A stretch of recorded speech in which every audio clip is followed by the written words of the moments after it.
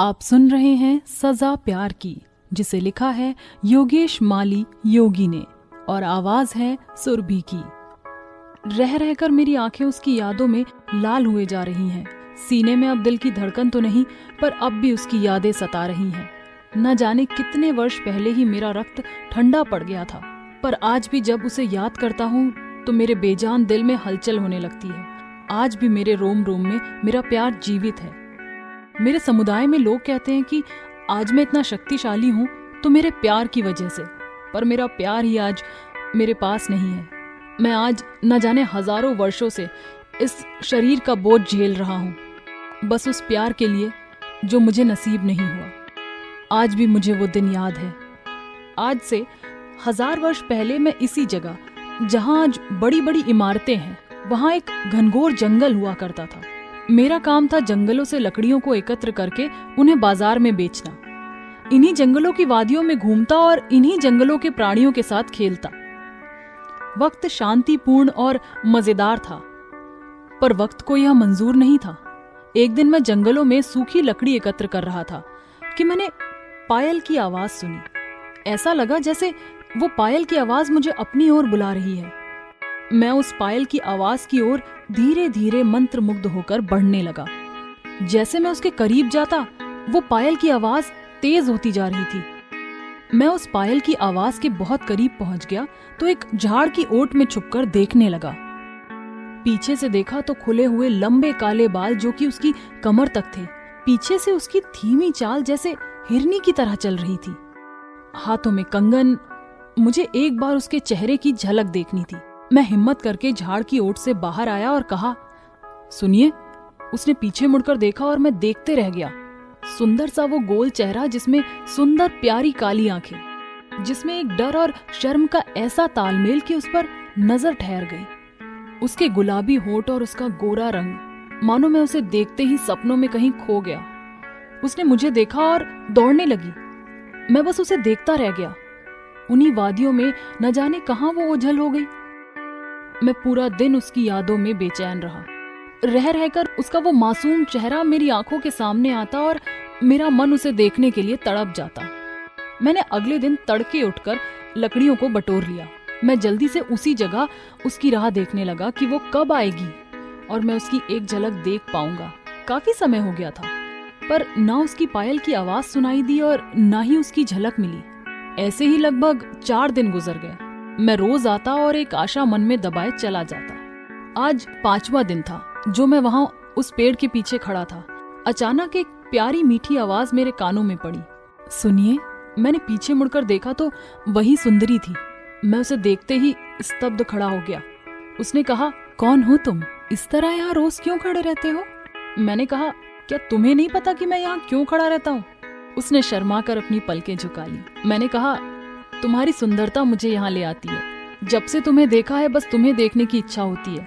आज भी मैं तुम्हें देखने आया हूँ। उसने कहा, क्या मैं सच में इतनी सुंदर हूँ? मैंने कहा, हाँ। मैं उसके पास गया और कहा, मुझे तुमसे प्रेम हो गया है।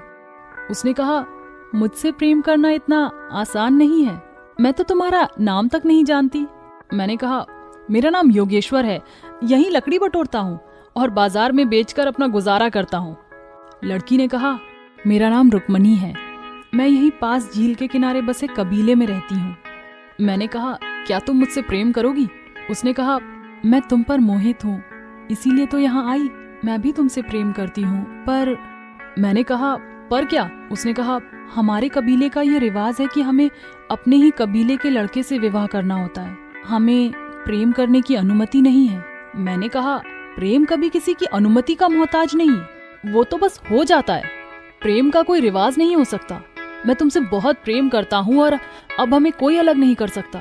मैं तुम्हारे लिए अपनी जान को भी त्याग सकता हूँ। उसने कहा, नहीं, यह अब सिर्फ तुम्हारी जान नहीं, मेरी भी है। मैं अब तुम्हारे साथ पूरा जीवन गुजारना चाहती हूँ। वो ये कहकर मुझसे लिपट गई। दिन पर दिन गुजरने लगे और हम रोजाना मिलने लगे। पहाड़ों, झरनों और इन वादियों में हम घूमने लगे। यह सभी हमारे प्रेम के साक्षी थे। हम बहुत खुशी खुशी अपना जीवन व्यतीत कर रहे थे। पर कहते हैं ना कि खुशियां ज्यादा दिन तक नहीं रहती, वैसा ही एक दिन हमारे लिए भी तय था। हम रोजाना की तरह झरने के पास बैठे हुए अपने सपनों को संजो रहे थे कि अचानक कुछ लोगों ने आकर हमें घेर लिया। मेरी आंखें डरकर उन्हें देखने लगी। रुक्मणी ने चिल्लाते हुए कहा, तुम भाग जाओ, पर मैं उसे छोड़कर कैसे भाग सकता था। पलक झपकते ही उन्होंने मुझे धर दबोचा। मुझसे कुछ कहे बगैर मुझे पीटने लगे। पीट पीट कर मेरा हाल बेहाल कर दिया था। कबीले के मुखिया ने कहा, इन्होंने वो अपराध किया है जो आज तक हमारे कबीले में किसी ने नहीं किया। उन्होंने रुक्मणी से कहा, तुमने हमारे रिवाजों को तोड़ा है, तुम्हें इसकी वो सजा मिलेगी जिसे देखकर कबीले में कोई लड़की इस तरह का अपराध कभी नहीं करेगी। तुम्हें इस अपराध में फंसाने वाले इस लड़के को भी वही सजा मिलेगी। मुखिया ने कहा, फेंक दो इन दोनों को इस झरने से। हम दोनों चिल्लाते रहे, जीवन की भीख मांगते रहे, पर उन्होंने नहीं सुना। हम दोनों को एक साथ उस झरने में फेंक दिया। रुक्मणी का सिर एक चट्टान से टकराया और उसने जगह पर ही मेरे सामने दम तोड़ दिया। मैं सामने ही अंतिम सांसें ले रहा था। मेरे सामने ही मेरी प्रेमिका मृत अवस्था में पड़ी हुई थी। मेरी नजर उसी पर टिकी हुई थी। मैं अपनी अंतिम सांस लेता कि कुछ लोग वहां आ पहुंचे। मुझे उठाकर वह एक गुफा में ले गए। सभी के चेहरे ढके हुए थे। मेरे सीने पर हाथ रखकर न जाने किस प्रकार का मंत्र पढ़ने लगे। मेरी आंखें बंद हो गई थीं। न जाने कितने दिनों तक मैं ऐसे ही पड़ा रहा। पर जब मुझे होश आया और मैंने आंखें खोली तो वहां मेरे अलावा कोई नहीं था। मेरे बदन पर कोई चोट का निशान नहीं था। मैं पूरी तरह से स्वस्थ था। इतने दिनों से उसी गुफा में पड़ा रहा। जैसे ही मैं उस गुफा से बाहर आया तो मेरे शरीर पर वह सूर्य की रोशनी पड़ने लगी। उस सूर्य की रोशनी में एक अजब सी जला देने वाली चुभन थी। कुछ देर बाद मेरा शरीर चमकने लगा। जैसे ही वो चमक समाप्त हुई कि मुझे अब उस रोशनी से कोई फर्क नहीं पड़ रहा था। अब मैं सामान्य था, पर ना ही मुझे कोई भूख थी और ना ही कोई प्यास। उसी समय मेरे सामने एक भेड़िया आ गया। न जाने मुझे क्या हुआ कि मैं उसकी ओर झपट पड़ा। वो मुझे देखकर तेजी से दौड़ने लगा, पर पलक झपकते ही मैंने उसे पकड़ लिया। मुंह खोलते ही मेरे मुख से रक्त पिपासु दांत बाहर आ गए। मैंने अपने दांतों को उस भेड़िए के गर्दन पर गड़ा दिए। मैं उस भेड़िए के शरीर से पूरा रक्त पी गया। मैं समझ गया था कि अब मैं कोई इंसान नहीं बल्कि रक्त पीने वाला एक दरिंदा बन चुका हूँ। तब से लेकर आज तक दुनिया बदलती चली गई, पर मैं इस धरती पर ऐसे ही जीवित हूँ। मरने की चाहत है पर मार्ग पता नहीं। मेरे समुदाय के बहुत से ऐसे दरिंदे मुझे मिले जो दिन में बाहर नहीं निकलते, क्योंकि सूर्य की रोशनी को वो बर्दाश्त नहीं कर सकते और जलकर नष्ट हो जाएंगे। पर मेरे पास यह रास्ता भी नहीं था, क्योंकि मुझ पर सूर्य की रोशनी का कोई असर नहीं था। मैं सभी में बहुत तेज और शक्तिशाली था। मुझे मात देना किसी के बस में नहीं है। आज हर जगह ऊंची ऊंची इमारतें खड़ी हैं। वो जंगल और वादियां खो गई हैं, जहां से मैं और मेरी प्रेमिका को फेंका गया था। वो पहाड़ और वो झरना आज भी वैसा ही है। अब जंगल बहुत कम रह गया। मैं आज भी अपनी प्रेमिका की याद में वहीं भटकता हूँ जहां हम जाया करते थे। उसके ना होते हुए भी उसका एहसास मुझे उस जगह पर होता है। मुझे भी मृत्यु मिली होती तो आज मरकर भी मैं उसके साथ होता। इस समय शहर के एक सुनसान रास्ते पर चलता चला जा रहा हूँ। ना ही कोई इंसान दिख रहा है, ना ही कोई जानवर। जानवर तो मेरे साए से भी दूर रहते हैं और इंसानों से मैं दूर रहना पसंद करता हूँ, क्योंकि उनके रक्त की खुशबू मुझे अपनी ओर आकर्षित करती है। मेरे समुदाय के लोग रात के अंधेरे में इंसानों का शिकार करते थे, परंतु मेरे डर से वह इंसानों का शिकार अब नहीं करते। मैं उन्हें भी सिर्फ जानवरों का रक्त पीकर प्यास बुझाने के लिए कहता हूँ। बहुत से लोग हैं जो आज भी छुप छुप कर उनका शिकार करते हैं। इस समय रात के 2 बजे हैं और अचानक कुछ लोगों के दौड़ने की आवाज आई। मैंने यहाँ वहां मुड़कर देखा, पर कोई नहीं था। तभी मेरे कानों पर एक घबराई हुई आवाज ने दस्तक दी। शायद यह आवाज किसी लड़की की थी जो मदद के लिए पुकार रही थी। यह आवाज सड़क के ठीक दूसरी तरफ से आ रही थी। मैं दौड़कर वहां पहुंचा तो एक लड़की मदद के लिए चिल्लाते हुए दौड़ रही थी और उसके पीछे कुछ लोग दौड़ रहे थे। मैं दौड़कर वहां पहुंचा क्योंकि मेरी तेजी उनसे कहीं अधिक थी। मैंने पलक झपकते ही उन्हें पीट कर एक और कर दिया। ये वो दरिंदे हैं जो लड़कियों के मान सम्मान पर आघात करते हैं। आज के आधुनिक युग में पल रहे ऐसे लोग जो अच्छे संस्कारों से वंचित रह गए, ये हमेशा नारी जाति का अपमान और लोगों पर अत्याचार करना ही अपना धर्म समझते हैं। अब वो एक तरफ घायल पड़े हुए थे। मन तो किया कि इनका रक्तपान करके इन्हें मुक्त कर दूं, पर वहां से हटना ही उचित समझा। तभी मेरी नजर उस लड़की पर गई जो मुझे देख रही थी। उसकी आंखें लगातार मुझे घूरे जा रही थी। जैसे ही वह शुक्रिया कहने के लिए आगे बढ़ी, न जाने मुझे क्या हुआ। मैं वहां से पीछे मुड़ा और बिना कुछ बोले ही वहां से चला गया। 2 दिन बाद मैं रात के समय ठीक 12 बजे एक इमारत पर बैठा हुआ था। तभी मेरी नजर सड़क से लगे एक बार पर गई जहां लोग शराब पीने आते हैं। उन शराबियों को देखना मुझे बड़ा अच्छा लगता है। उनकी हरकतों को देखना ही मेरा मनोरंजन है। वो जब उस बार में जाते हैं तो बड़े ही शान से, उनके अंदर इतनी अकड़ और घमंड होती है कि वह अपने आगे किसी को कुछ नहीं समझते। वो तो एक सामान्य आदमी को भी जानवर समझकर धुतकार देते हैं, क्योंकि वो एक सामान्य व्यक्ति हैं। परंतु जब शराब के नशे में बाहर आते हैं तब एक भिखारी भी उन्हें धुतकारता है। यदि कोई गरीब व्यक्ति उस बार से बाहर आता है तो वह खुद को पूरे शहर का मालिक समझता है। तब पूरी सड़क उसी के लिए होती है। वह पूरे रास्ते पर ऐसे झूम झूम कर चलता है जैसे कोई बिना पेंदी का लोटा यहाँ से वहां लुढ़क रहा हो। कोई कोई तो नशे की हालत में इतना ज्ञान देता है जैसे कि सबसे बड़ा ज्ञानी पुरुष वही है। तभी मैंने देखा कि उस बार में से वही लड़की बाहर आई जो उस रात मदद मांगते हुए दौड़ रही थी। मैं उसे ध्यान से देख रहा था कि बार की बत्तियां बंद होने लगी।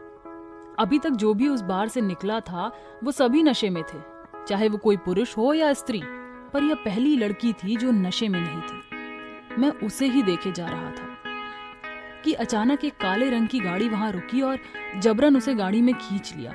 वो फिर से चिल्लाने लगी। मैंने तुरंत उस इमारत से छलांग लगाई और ठीक गाड़ी के सामने आ गया। मुझे देखते ही वो घबराकर गाड़ी से उतरकर भागने लगे, क्योंकि ये वही लोग थे जो उस रात लड़की का पीछा कर रहे थे। मैं गाड़ी के अंदर बैठा। वो लड़की अभी भी उस गाड़ी में ही बैठी थी। मैंने उस गाड़ी को चालू करते हुए पूछा, आपका घर कहाँ है? उसने कहा, आप चलाते रहो, मैं बताती हूँ।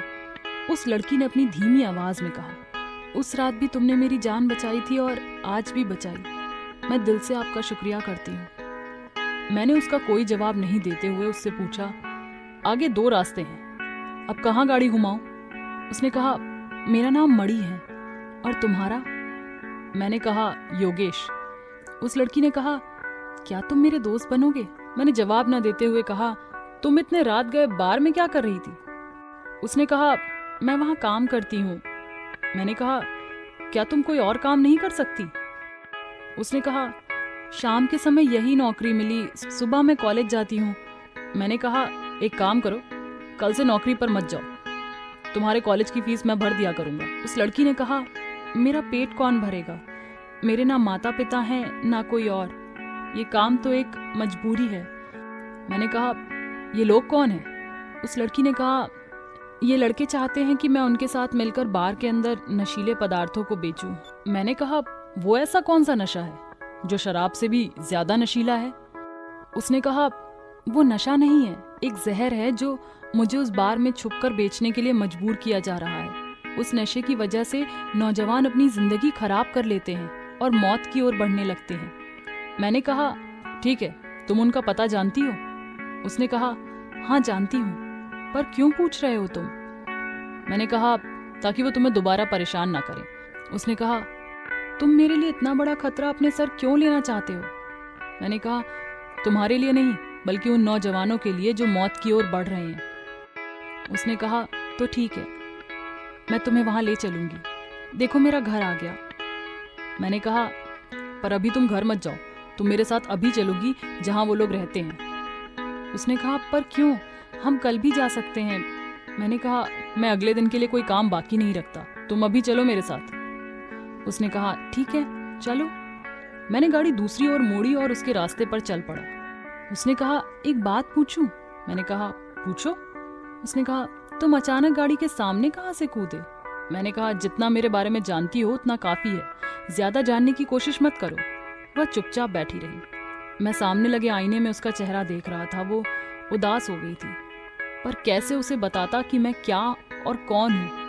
मैं उसकी मदद इसलिए कर रहा था क्योंकि उसका चेहरा हूबहू रुक्मणी की तरह था, जो मुझे एक सुकून पहुंचा रहा था। मैं जल्दी ही उस जगह पहुंच गया जहां उन बदमाशों का ठिकाना था। मैंने गाड़ी खड़ी की और उसे गाड़ी में ही बैठने को कहा। मैं उस तंग गलियों से होता हुआ जब उस जगह पहुंचा तो नजारा बड़ा ही अजीब था। पुराना सा एक गोदाम जहां कई प्रकार की नशीली चीजें रखी हुई थी। वहां बहुत से लोग थे। उन्होंने मुझे देखते ही अपने बंदूकें और हथियारों को उठा लिया। वे लोग मुझ पर गोलियां बरसाने लगे, पर मुझ पर गोलियों का कोई असर नहीं था। वो भयभीत हो गए। मैंने सभी को पीटा और उस जगह को आग लगा दी। सभी डरकर भाग गए थे। क्योंकि उन्हें पता चल गया था कि उनका पाला किसी सामान्य इंसान से नहीं पड़ा है। मैंने उस नशीली पदार्थों का व्यापार करने वाले मालिक को उसी जगह मार दिया। मैं फिर से उसी गाड़ी में आकर बैठ गया। उस लड़की ने कहा, हो गया तुम्हारा काम, खत्म कराए उन्हें, क्या तुम्हें डर नहीं लगता? मैंने कहा नहीं। उसने कहा, तुम्हें गोलियों से भी डर नहीं लगता? मैंने कहा नहीं। तुम्हें गोलियां भेद भी नहीं सकती, ऐसा क्यों? मैंने उसे घूर के देखा, मेरी आंखें लाल थीं, पर उसने कहा, मैं डरने वाली नहीं तुमसे। मैंने जब तुम्हें पहली बार देखा था तो ही समझ गई थी कि तुम सामान्य इंसान नहीं हो, क्योंकि एक सामान्य इंसानों में इतनी ताकत और फुर्ती नहीं होती। तुम जब इमारत से कूदकर गाड़ी के सामने आए उस समय भी मैंने तुम्हें देख लिया था। तुम्हें लगा मैं गाड़ी में ही बैठी रहूंगी, पर तुम्हारे अंदर जाने के बाद मैं पीछे से आई और सब कुछ देख लिया। तुम इंसान तो नहीं हो, पर इंसान से अच्छे हो, जो कि इंसानों की कदर करते हो। तुम्हें अच्छे बुरे और सही गलत की पहचान है, जो कि आज के इंसानों में नहीं है। मैं तुमसे डरकर दूर नहीं भागना चाहती, पर तुम्हारा साथ पाना चाहती हूँ। मैंने कहा, मैं एक रक्त पीने वाला जीव हूँ, जिसे आजकल के लोग वैम्पायर कहते हैं। उसने कहा, तुम भले ही वैम्पायर हो, पर तुम्हारे नेक कामों ने मेरा दिल जीत लिया है। मुझे तुमसे प्रेम हो गया है। मैंने कहा, तुम गलत रास्ते पर जा रही हो। मेरा साथ तुम्हें हमेशा दुख और तकलीफ देगा। हम दोनों कभी एक नहीं हो सकते। उसने कहा, तुम्हारे पास रहने में जो सुख मिलेगा, उतना सुख मुझे संसार की किसी चीज में नहीं मिलेगा। मैं जीवन भर सिर्फ तुम्हें देख देख के जी लूंगी। मुझे अपना लो, मुझसे दूर ना जाओ। मैंने कहा, मेरे पास दिल नहीं है, वो मर चुका है। एक मृत व्यक्ति के साथ कैसे रहोगी? तुम नादान हो, पर मैं नहीं। मैंने एक प्यार किया जिसकी सजा आज हजारों वर्षों से भुगत रहा हूँ। मैं अब ये नहीं चाहता कि तुम भी मेरी तरह ऐसे दर्द को सहो। मैं बस यही चाहता हूँ कि तुम हंसी खुशी से अपना जीवन गुजारो। जब भी तुम मुसीबत में रहोगी, उसे टालने के लिए हमेशा मैं वहां रहूंगा। मैं ये कहकर वहां से चला गया। ऐसी ही और भी कहानी और किस्सों के साथ मैं आती रहूंगी सिर्फ और सिर्फ प्रतिलिपि FM पर। आप भी आते रहें और सुनते रहें। तो मिलते हैं जल्द ही। शुक्रिया।